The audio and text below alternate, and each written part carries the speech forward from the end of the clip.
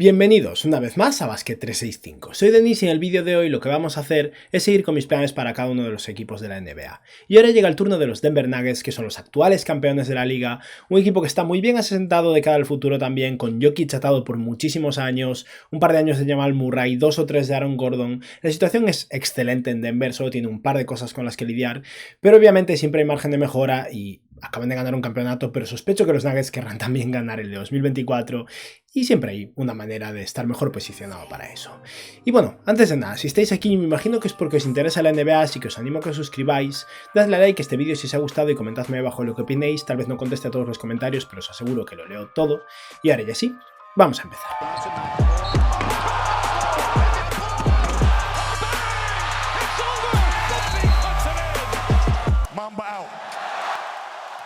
No me imagino ahora mismo ningún equipo que pueda afrontar con más optimismo el verano que los Denver Nuggets. Tal vez San Antonio con ese pick número 1 de Víctor Wembanyama, pero al final Wembanyama no deja de ser una incógnita. En Denver acaban de ganar el campeonato y tienen al mejor jugador de la NBA, y si no lo consideráis el primero, vale, pero no deja de ser el segundo o tercer mejor jugador de la liga. Tiene un núcleo muy afianzado, el equipo funciona claramente y solo tienen un par de piezas que probablemente van a perder. Pero vamos a ver entonces cuál es la situación de este equipo, y es que los Nuggets van a ser un equipo caro, un equipo sobreimpuesto de lujo, pero un equipo que tiene margen suficiente como para no superar ese segundo tax apron, que es la cifra realmente restrictiva y problemática. Es que actualmente está a unos 17,2 millones de dólares por debajo del segundo tax apron, eso contando con perder a Bruce Brown, porque es que lo van a perder, o al menos esa opción de 6,8 millones de dólares que tiene la va a rechazar.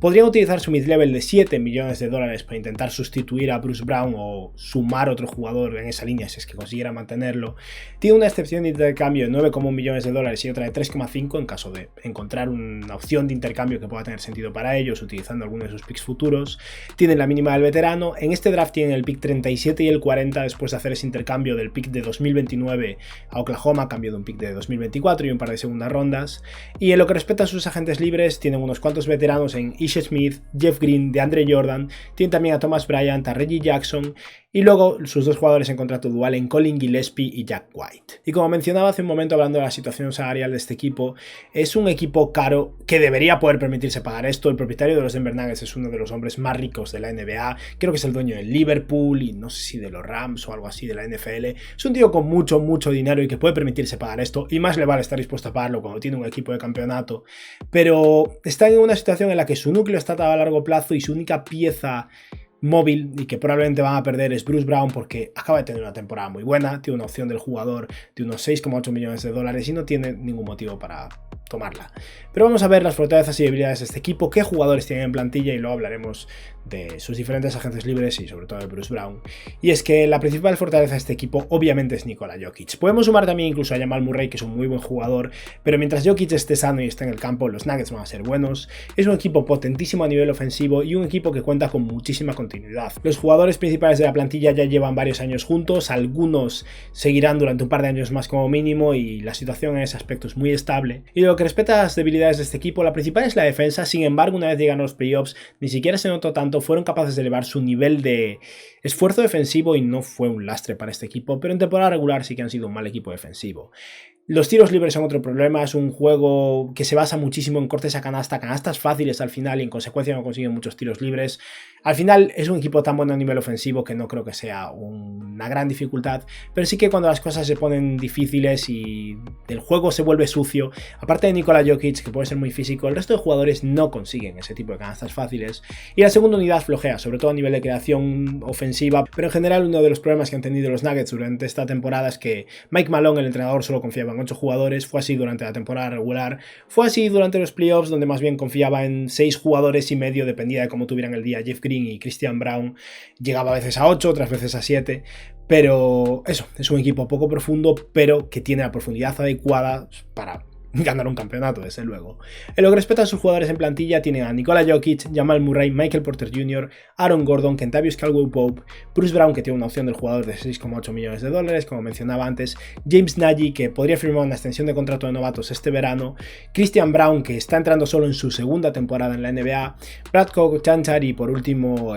Peyton Watson, que fue su pick número 30 del draft del año pasado, un proyecto que de momento no ha demostrado gran cosa. Y lo que respecta a las necesidades principales de este equipo de cara a la próxima temporada, necesitan un base suplente. Bruce Brown no es un base del todo, pero más o menos cubría esa función porque Reggie Jackson no fue capaz de hacerlo y estaría bien que consiguieran algo para esa posición, porque si se sientan a la vez Jamal Murray y Nikola Jokic, o si uno está lesionado, en los momentos que el otro descanse, hay una carencia real de creación con el balón en las manos. Necesitan un anotador de banquillo. Bones Hyland en ese aspecto les venía bien, pero claramente a nivel de química no funcionaba y por eso lo movieron, y lo entiendo. Y les vendría bien un center suplente mejor. Este año al final han sido capaces de solventarlo jugando a Jeff Green de Small Ball 5 y puede que tenga sentido que vuelvan a hacerlo porque yo priorizaría el talento de perímetro antes de conseguir un pivot suplente. Sin Jokic no van a ganar y cuando esté Jokic ese pivot no va a jugar tanto, pero eso, si tiene la posibilidad de reforzarse en esa posición no es mala idea tampoco. Y vamos entonces a hablar de las decisiones contractuales de este equipo. Para empezar, de entre sus jugadores en contrato dual, Colin Gillespie es un jugador que viene de Villanova, de la universidad típica de los roleplayers, jugó allí 5 años, de hecho juraría que jugó con Josh Hart, Jalen Brunson y compañía, y firmó un contrato dual con los Denver Nuggets y luego se rompió una pierna. Aún así lo aguantaron todo el año, y si se pasó todo el año lesionado en Denver en contrato dual y no lo cortaron para sustituirlo por otro jugador, es porque aspiran a que sea alguien útil para este equipo en la próxima temporada, así que yo lo mantendría. Es un base con mucha capacidad de tiro, no es un gran atleta ni un grandísimo defensor, pero es el típico jugador que cumple su función y es capaz de tirar de tres a un nivel muy alto, y no me sorprendería que sea capaz de afianzarse como tercer base en el equipo, así que desde luego seguiría en contrato dual. Y Jack White es un alero que jugó muchos años en Duke, que también empezó esta primera temporada en la NBA en contrato dual con Denver, y es un muy buen reboteador para su posición y ha tirado muy bien de tres en la G-League. Apenas hemos visto minutos en la temporada regular, pero en base a lo que hemos visto en la G-League, yo creo que también lo mantendría. Solo tienen 2 picks en la segunda ronda, ninguno en la primera ronda. Creo que lo lógico para estos Nuggets sería dedicar un puesto en plantilla regular tanto para el pick 37 como para el 40, así que teniendo en cuenta que hay 3 plazas de contrato dual, mantener a esos 2 jugadores me parece buena idea. Y vamos ahora a hablar de los agentes libres. Para empezar, Thomas Bryant no ha funcionado en absoluto. Llegó por parte de los Lakers a cambio de 3 segundas rondas y no les aportó nada. Querían que fuera ese pivot suplente que cubriera un poco la ausencia de Nikola Jokic en los minutos que descansara y no ha funcionado. A su favor diré que es un tío que en el banquillo aporta vestuario, digamos, hace piñas, un jugador muy enérgico y eso está bien, pero supongo que Thomas Bryant aspirará a irse a otro lado a jugar más y no creo que Denver esté tampoco ilusionadísimo con la idea de mantenerlo. Si se quisiera quedar por la mínima del veterano, ya por su trabajo como motivador, digamos, no me parecería mal, pero vamos a considerar que Thomas Bryant se va a otro lado porque Denver no debería preocuparse de pagarle más dinero. Ish Smith es un jugador que ha hecho carrera a lo largo de muchas temporadas en la NBA saltando de un equipo a otro, por fin ha ganado su anillo con los Nuggets, ni siquiera estoy seguro de si tendrá otra oferta. Este año no fue relevante para Denver, llegó como parte del intercambio de Kentavious Caldwell-Pope y creo que lo lógico es que se vaya porque en Denver no es que lo hayan necesitado, necesita un base suplente. Ish Smith a estas alturas ya no lo es. Y el caso de Reggie Jackson es parecido, llegó como jugador de buyout y esperaban que pudiera aportar en ese rol, en cierto modo, que habían perdido tras mover a Bones Hyland. Reggie Jackson ha sido incapaz de cumplir, no funcionó en ese rol de base suplente, en playoffs apenas jugó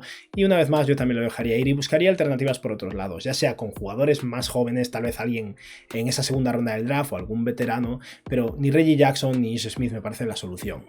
Y luego queda el caso de DeAndre Jordan, y lo decía en mi vídeo de ayer precisamente, o de antes de ayer, bueno, da igual, mi vídeo del día que los Nuggets ganaron el anillo. DeAndre Jordan para mí tiene mucho mérito porque de verdad ha cumplido su rol como veterano de vestuario que ayuda a hacer grupo y no ha sido un jugador útil. DeAndre Jordan ya no es un buen jugador en absoluto, pero creo que ha hecho una labor muy encomiable, digamos, hasta el punto en el que si Thomas Bryant se va, total, no vas a jugar con 3 centers. Yo me plantearía mantener a DeAndre Jordan por la mínima del veterano para que sea un jugador de fondo de banquillo, estilo Theo Pinson. No es que me importe el jugador, no es que me importe lo que aporta en el campo, pero vamos a mantener a DeAndre Jordan por la mínima del veterano. En otro equipo no creo que se quede. No es imposible que se plantee retirarse ahora que ha ganado un anillo, pero si quiere seguir un año más en el banquillo haciendo un poco de presencia veterana, no me parece mal. Y luego está el caso de Jeff Green, que cumple un rol similar, es un muy buen veterano que lleva mucho tiempo en la NBA y que ha sido un líder vocal en este equipo, pero Jeff Green sí que ha sido capaz de aportar algo más. Este año cobraba 4,5 millones de dólares, ahora va a ser agente libre. Yo creo que eso se ha acabado. Dudo que Jeff Green tenga mucho mercado por encima de la mínima del veterano, y los Nuggets aportaban minutos puntuales, no es que fuera un jugador súper relevante y estaría bien que buscara un sucesor para él, pero si quiere quedarse por la mínima, Jeff Green les aporta 15-20 minutos y ha sido un jugador útil en el vestuario. Y cuando acabas de ganar un campeonato, creo que es interesante mantener gran parte de ese núcleo, por lo que me parece bien mantener a DeAndre Jordan y Jeff Green por la mínima del veterano, y desgraciadamente no van a poder hacer lo mismo con Bruce Brown.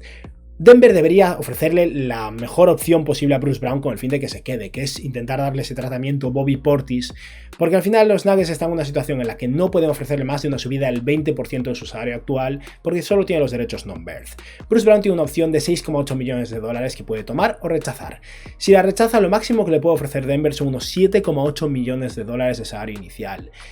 Lo mejor que podrían hacer sería ofrecer ese contrato, como decía antes, estilo Bobby Portis. 2 años de contrato, siendo el segundo año opción del jugador, para que dentro de un año Bruce Brown pase a ser agente libre otra vez más con los Nuggets y con sus derechos early birth puedan permitirse ofrecerle un salario mucho más acorde a lo que se merece, algo más en la línea de los 13-14 millones de dólares por año. Pero Bruce Brown es un jugador que ha ganado 15 millones de dólares en total en su carrera. Si este año alguien le ofrece 13-14 millones de dólares por año o incluso más, creo que lo lógico es que se vaya, así que sospecho que los Nuggets lo van a perder. Y es una pena, porque Bruce Brown ha sido clave para este equipo, tanto en temporada regular como en playoffs. Y es que ha promediado 28,5 minutos de juego, 11,5 puntos, 4 rebotes, 3,4 asistencias, 3,2 triples intentados con un 36% desde 3, un 48% de acierto en sus tiros de campo, y ha sido un jugador súper versátil a nivel defensivo que ha jugado de base, de escolta, de alero, ha defendido en muchas posiciones, cuando ha hecho falta incluso ha creado con el balón en las manos, ha mejorado como tirador, es un jugador que realmente aportó muchísimo este año y va a ser una pérdida difícil de suplir, pero creo que van a tener que contar con perderlo. Obviamente yo le ofrecería lo máximo que le puedo ofrecer y si se queda sería maravilloso, pero lo veo complicado. Vamos entonces ahora a hablar de un par de extensiones de contrato y con eso ya empezaremos a hablar del draft. Para empezar, Zeke Nnaji puede firmar una extensión de contrato. A mí personalmente es un jugador que me gusta, un big, capaz de jugar de 4 de 5, bastante móvil, que ha tirado de 3 a un nivel bastante adecuado, con muy poco volumen, pero Mike Malone no acaba de fiarse de él, lleva ya 3 años en la NBA y no ha funcionado, podría firmar esa extensión de contrato. No ha hecho nada para demostrar que se merece un contrato a largo plazo, así que si soy Denver no le ofrezco nada, porque no está claro que vaya a funcionar. Pero yo intentaría a lo largo de este año darle minutos y probarlo, porque tal vez sea alguien capaz de suceder a Jeff Green en ese rol. Creo que Zeke Nnaji es un defensor competente y estaría bien darle una oportunidad, pero veo inviable que firme una extensión. Y luego otro jugador que no va a firmar una extensión, pero desde luego deberían ofrecérsela, es Jamal Murray. En su primera temporada sano tras esa ruptura del ligamento cruzado, Murray ha tenido una buena temporada y unos playoffs increíbles. Y estamos ante un jugador que está entrando en el mejor momento de su carrera, que probablemente esta próxima temporada sea All-Star por primera vez, y al que le quedan 2 años de contrato. Y Denver puede ofrecer una extensión de 3 años más y el máximo posible, pero ese máximo ahora mismo es un 30% del margen salarial, sería la extensión ideal para Denver. Pero Murray está en una situación en la que, si espera un año más, si esta próxima temporada entra en el tercer equipo del NBA, podría firmar un supermax y entrar en esa situación estilo Jaylen Brown ahora mismo. Por lo que no hay ningún incentivo para que Jamal Murray firme una extensión ahora. Puede esperar un año más, aún le quedará un año más de contrato, y si consigue entrar a un equipo del NBA puede firmar por mucho más. Obviamente Denver tiene que ofrecérselo por si hay suerte, pero lo veo poco probable. Estamos hablando de un jugador que esta temporada promedió 20 puntos por partido en 32,8 minutos de juego, 4 rebotes, 6,2 asistencias, 6,6 triples intentados con un 40% de acierto en sus triples, un 45% de acierto en sus tiros de campo, y llegaron los playoffs y rindió un nivel muy superior con 40 minutazos de juego por partido, 26 puntos, 5,7 rebotes, 7,1 asistencias por partido, 7,5 triples intentados, un 40% de acierto en sus tiros de 3, un 47% de acierto en sus tiros de campo, y ha sido resolutivo en momentos clave cuando la ofensiva se atascaba. Murray ha sido capaz de salir al paso y realmente ha jugado a un nivel altísimo. Desde luego, con sus 26 años de edad, si Denver lo puede atar a largo plazo, tienen a Jokic y a Murray por mucho tiempo y eso les da una base clarísima. No va a pasar, al menos no de momento, pero eso, tienen 2 años, no pasa nada, el año que viene negociarán de verdad. Y vamos a ver entonces cómo estaría la plantilla antes de llegar al draft, donde tienen la elección 37 y 40, y creo que deberían utilizar las dos porque les viene bien ganar un poco de profundidad. Los Nuggets en este momento tendrían una plantilla compuesta por Jamal Murray, Kentavious Caldwell-Pope, Michael Porter Jr., Aaron Gordon, Nikola Jokic, Christian Braun, Jeff Green, Zeke Nnaji, Peyton Watson, Vlatko Cancar y DeAndre Jordan. Y de esta plantilla, de los 6 jugadores más destacados, 5 están atados por más de 2 años, el único que podría ser agente libre en 2024 es KCP, por lo que la situación es muy buena, pero teniendo en cuenta que los Nuggets van a ser un equipo muy caro, que va a tener que sustituir a Bruce Brown y va a tener que dedicar esos 7 millones de dólares de mid-level a otro jugador y va a estar muy cerca el segundo tax apron, lo lógico para ellos es intentar acertar otra vez, intentar conseguir otro Christian Braun en el draft, porque ahora además hay esa nueva excepción para picks de segunda ronda que se acaba de crear con la nueva CBA, con lo que podrían ofrecerle a un jugador un contrato de hasta 4 años de duración con un salario inicial de 1,9 millones de dólares. Y eso es una ganga, si aciertan consiguen un jugador de rotación atado por 4 años. Y van a tener 2 oportunidades con el pick 37 y el 40. Y vamos a hablar de eso. Para empezar, sería ideal que consiguiera un base que podría aportar ahora. Creo que Denver no está para proyectos, ya tiene a Peyton Watson como proyecto del año pasado, sus jugadores importantes ya están, lo que quieren son jugadores complementarios y yo iría a por jugadores experimentados que lleven varios años jugando en la universidad y que han rendido un nivel muy alto, y por eso mi prioridad número uno sería Marcus Sasser. Creo que Marcus Sasser no va a estar disponible en el pick 37, lo veo muy complicado, tal vez incluso salga en la primera ronda, pero si cae un poco y llegamos al pick 31 o 32, los Nuggets podrían ofrecer ese pick 37 y un pick de segunda ronda futuro para escalar a ese rango, no sería descabellado y ahí sí que es posible que consigan a Sasser. Así que vamos a considerar que con el pick 37 y un pick futuro de segunda ronda, Denver escala al principio de la segunda ronda del todo y tiene una posibilidad de conseguir a Marcus Sasser que sería ideal. Un base un poco pequeño, pero muy bueno a nivel defensivo, capaz de tirar, que ha jugado 4 años en la universidad y era uno de los mejores jugadores de la universidad y con suerte podría ser su próximo Monte Morris, un jugador de un estilo diferente pero muy buen base suplente. En caso de que Sasser fuera totalmente inalcanzable, yo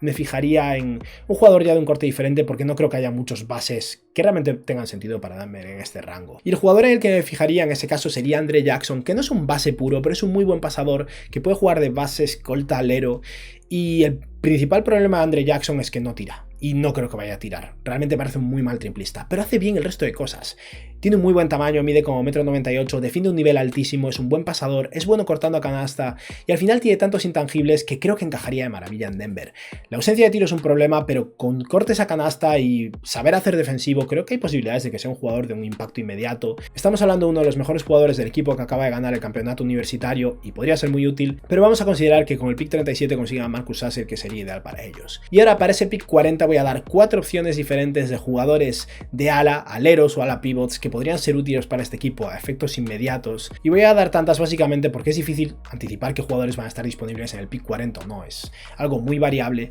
pero el jugador que más me gustaría para este equipo si estuviera disponible es Jaime Jaquez. No lo va a estar, es un jugador que creo que tiene muchas posibilidades hasta de ser seleccionado incluso al final de la primera ronda, es un ala pivot muy bueno, hace un poco de todo, es capaz de tirar a un nivel adecuado, defiende a buen nivel, rebotea, reparte algo de juego y creo que encajaría muy bien en esa posición de ala pivot y tal vez sería ese sustituto de Jeff Green a largo plazo, pero lo veo complicado, así que vamos a considerar que Jaime Jaquez no es una opción. Otra opción muy interesante es Jordan Miller. Lo único que no me convence de Jordan Miller es que me fío menos de su tiro, pero es un jugador que ha jugado a un nivel altísimo este año en la Universidad de Miami, de hecho los llevó muy lejos en el torneo. Es un muy buen defensor, un buen reboteador, ha tirado de 3 a un nivel adecuado, simplemente no estoy seguro de cómo se va a trasladar, creo que como mínimo el primer año es posible que tire mal, va a necesitar algo de madurez, pero creo que al final va a aportar defensa de ala, rebote, tamaño, movilidad, y creo que hay bastantes posibilidades de que Jordan Miller esté libre en el pick número 40, pero yo aquí voy a ir a por un jugador que llevo mucho tiempo diciendo que me encaja en muchos equipos que quieran ganar, un jugador muy experimentado que ha jugado 5 años en la universidad y creo que tiene mucho sentido para los Nuggets, y ese es Jalen Slawson, un jugador que mide 2'01", que defiende a buen nivel, ha tirado de 3 a un buen nivel, rebotea, tapona balones, es capaz de repartir un poco de juego, es un jugador que hace de todo, ha promediado como 1,5 robos y tapones por partido esta temporada, creo que va a llegar a la NBA y ser capaz de producir, y me parece un dúo interesante con Christian Braun, podrían jugar los de escolta y alero en la segunda unidad, y puede que a largo plazo sean dos jugadores complementarios muy útiles para los Nuggets, y por eso vamos a considerar que es el jugador que draftean, y si por algún motivo en el pick 40 ninguno de estos 3 jugadores está disponible, yo miraría hacia Keyonte Johnson, un chaval del que hablé en un TikTok hace un tiempo, dado que tiene una historia muy dramática, y es que hace 2 años cuando jugaba en la Universidad de Florida era considerado un candidato a ser seleccionado en la primera ronda del draft de 2020 en aquel momento, y en medio de la temporada en un partido le dio un ataque y se cayó al suelo plano, estuvo en coma varios días, fue muy peligroso obviamente, parecía que se iba a morir, se recuperó, parece ser que todo se solucionó, tenía un problema de corazón que en teoría ya está bien, pero el año siguiente Florida no se atrevía a permitirle jugar por si pasaba algo y se pasó un año en blanco queriendo jugar y en teoría estando sano. Este año se dio el salto a Kansas State en lo que sería su 5ª temporada y última temporada en la universidad y jugó un nivel altísimo, y creo que al final en Keyonte Johnson hay ahí algo de valor porque es un jugador maduro obviamente que lleva 5 años en la universidad, pero alguien que ha tenido un año y medio en blanco y puede que por eso algunos estén pasándolo un poco por alto. Obviamente la salud es clave, esperemos que de verdad esté bien, pero si se confirma todo, en teoría, legalmente según los médicos está bien. Keyonte Johnson es un alero bajo, mide como 1,96 m, pero tiene brazos larguísimos, es fuerte, es muy atlético, ha tirado bien de 3 y creo que es un jugador complementario muy interesante y que podría ser alguien que arroje mucho valor al que lo drafee en esta segunda ronda porque, obviamente, esperemos que esté bien médicamente, pero si no hay problemas de salud, tiene bastantes cosas para funcionar. Pero bueno, en este vídeo vamos a considerar que han seleccionado entonces a Marcus Sasser y a Jalen Slawson y vamos a ver cómo está la plantilla. Y es que los Nuggets tendrían en este momento a Jamal Murray, Kentavious Caldwell-Pope, Michael Porter Jr., Aaron Gordon, Nikola Jokic, Marcus Sasser, Christian Braun, Jalen Slawson, Jeff Green, Zeke Nnaji, Peyton Watson, Vlatko Cancar y DeAndre Jordan. Quedan 2 huecos libres en la plantilla y tienen la mid-level de $7 millones para equipos sobre el impuesto de lujo. Y he estado echando cálculos y en este momento están como a $11 millones del segundo tax apron, porque dedicarán solo $1,9 millones a cada uno de sus picks de segunda ronda, así que está todo bajo control. Pueden utilizar esa mid-level completa e intentar suplir la ausencia de Bruce Brown. Y no hay jugadores exactamente iguales, pero hay opciones y de eso es de lo que vamos a hablar ahora. Pero primero un inciso, porque ni lo había pensado planeando el vídeo, pero sospecho que me haréis preguntas sobre esto. Creo que está bien que se quede a Michael Porter Jr. Cobra mucho, es verdad, pero ahora mismo a nivel salarial la situación es sostenible en Denver. En la temporada regular ha sido muy bueno, en los playoffs hasta las finales fue muy bueno. Hubo un par de partidos terribles en las finales que empañan un poco su actuación, pero en general creo que ha aportado, aún si tiró mal de 3, y es un jugador que ha sufrido muchas lesiones a lo largo de su carrera y está poco a poco retomando ritmo. Vamos a darle tiempo, es un jugador que cobra mucho pero que de momento pueden permitirse y que realmente encaja en el equipo, así que no vamos a mover a Michael Porter Jr., al menos no de momento, yo no lo haría, y simplemente vamos a mantener este núcleo que creo que es clave para intentar competir por un campeonato. Y retomamos ahora entonces, que se me ha venido a la mente mientras veía la plantilla.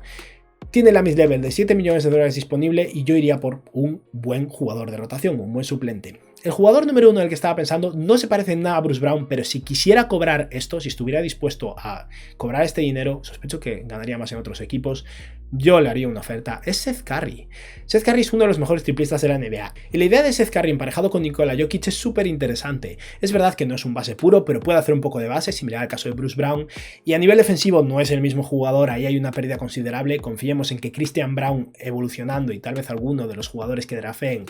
aportando también en ese aspecto, ayuden un poco. Pero creo que con la capacidad de tiro que tiene, va a ser capaz de aportar tanto a nivel ofensivo a los Nuggets, que ya son un muy buen equipo ofensivo y solo podrían mejorar adquiriendo a Seth Curry, pero lo veo bastante descabellado, así que vamos a descartarlo. Otra opción es Josh Richardson, que acaba su temporada con los New Orleans Pelicans. Los Pelicans están muy encima del impuesto de lujo y no van a querer pagarlo, así que dudo muchísimo que vayan a renovarlo, porque será gente libre y no creo que vaya a tener un mercado tremendo, pero por la mid-level de $7 millones, tal vez incluso pagándole 5, podrían conseguirlo. Y Richardson no es un jugador increíble, pero defiende un buen nivel, tiene un buen tamaño, puede hacer también un poco de base secundario y ha tenido buenas actuaciones en sus últimos años. Desde su llegada a Boston, entre Boston y San Antonio, jugado bien, y es eso, no es un grandísimo tirador, pero ha mejorado también, y simplemente creo que es alguien que puede formar parte de una rotación de un equipo de playoffs, que es lo que buscaría con este salario. Pero mi prioridad número 1 y el jugador que tal vez sí que puedan conseguir es Dennis Schroeder. Schroeder lo tiene muy complicado para quedarse en los Lakers, porque solo pueden ofrecerle una subida del 20% de su salario actual, que es la mínima del veterano.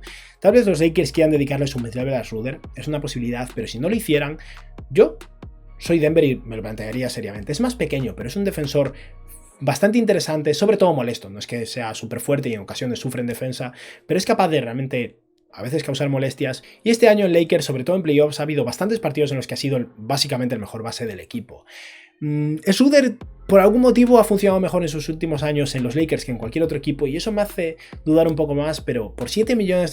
para hacer de base suplente y jugador capaz de aportar a nivel ofensivo y de crear, Schroeder es una opción muy interesante y vamos a considerar que es quien consiguen.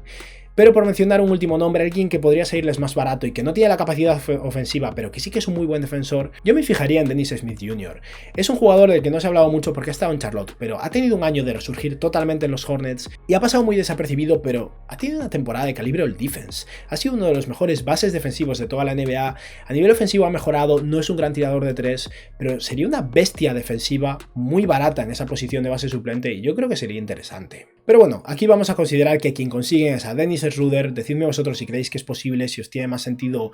Josh Richardson o Seth Curry o Dennis Smith Jr. Pero eso, aquí vamos a considerar que a quien han conseguido es entonces Dennis Schroeder y la plantilla tendría 14 jugadores, unos $2 millones de margen salarial, y es verdad que tiene una trade exception de $9 millones.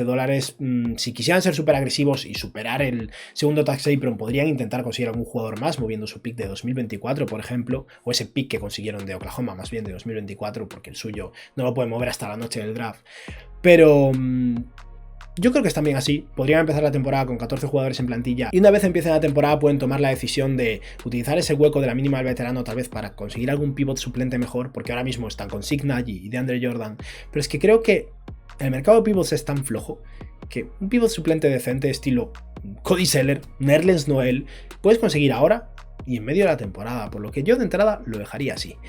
Y en este momento entonces la plantilla sería Jamal Murray con Kentavious Caldwell-Pope, Michael Porter Jr., Aaron Gordon, Nikola Jokic, Dennis Schroeder, Christian Braun, Jalen Slawson, Jeff Green, Zeke Naji, esperemos que consiga evolucionar un poco este año, Marcus Sasser, que puede ser un muy buen base a largo plazo, un hueco libre en la plantilla, Peyton Watson, Vlatko Čančar y por último DeAndre Jordan como, bueno, líder de vestuario básicamente. Y nada, este es mi equipo de los Denver Nuggets para la próxima temporada. Es un equipo muy similar, que si aciertan alguno de sus picks de segunda ronda va a ser todavía más profundo y que con suerte tendrá una aportación bastante interesante de Dennis Schroeder. Y nada, esto ha sido todo por hoy. Espero que os haya gustado el vídeo y que tengáis un buen día. Adiós.